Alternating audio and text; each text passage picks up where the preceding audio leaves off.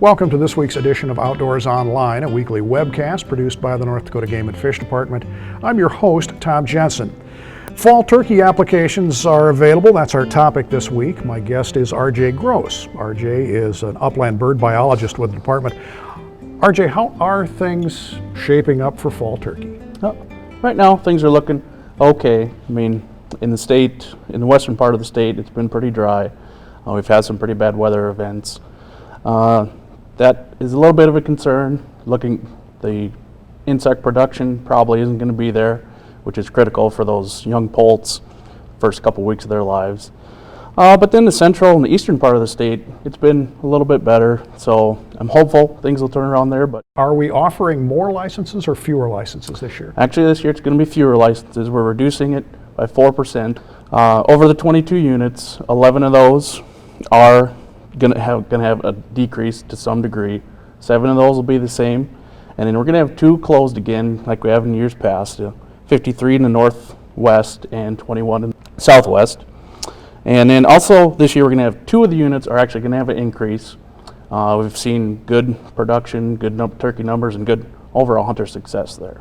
I would assume the obvious answer to my question, the reason we're giving out fewer licenses is because there's fewer birds. Right, exactly. And it's the thing of the weather and the habitat and, production.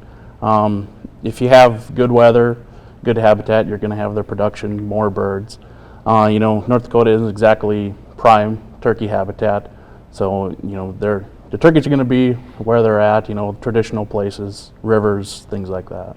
All right, you kind of answered this question already, but why do turkey populations fluctuate so much? They go up, it seems like, some years. Some years they go way down. Does it have to do with habitat? Right. Right. There's a lot of factors that go into it, but I think the big 2 would be the weather and the habitat. You need to have a nice wet spring so you can get the insect hatch, which is critical for the poults, and then also habitat. If the habitat isn't there, you're not going to have the turkeys there. Right. You mentioned the weather when they're having their broods and things. Are they susceptible to harsh winters like a lot of the other wildlife in North Dakota? They are. It's just like anything else. You got a lot of snow and it's really cold. It's tough to find food and survive out there. Let me ask you this, RJ. Now, fall turkey, you can either take a tom or a hen. Spring turkey is just not the opposite, but you can only take a tom turkey. Why is that? Right. The spring, that's more of our recreational season, and the fall, it's kind of our control or management tool. And we use the fall season basically to keep turkey populations within a acceptable level for the habitat that's out there, and then also landowner tolerance. All right. In a nutshell, tell me about the populations in North Dakota of wild turkey. Are they good, bad? They're okay so far. Obviously, we haven't had too high of a population since we had in the early 2000s. We've been reducing tags quite often since 2007.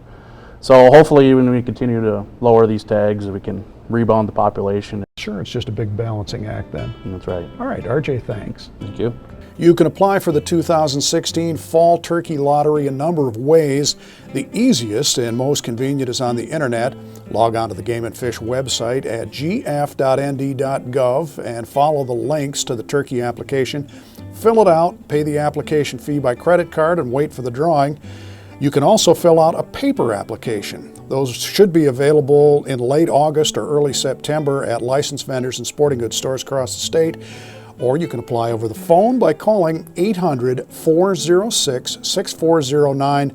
The deadline to apply for fall turkey in North Dakota is Wednesday, September 7th. For RJ Gross and the rest of the staff here at North Dakota Game and Fish, thanks for joining us for Outdoors Online. We'll see you again next week.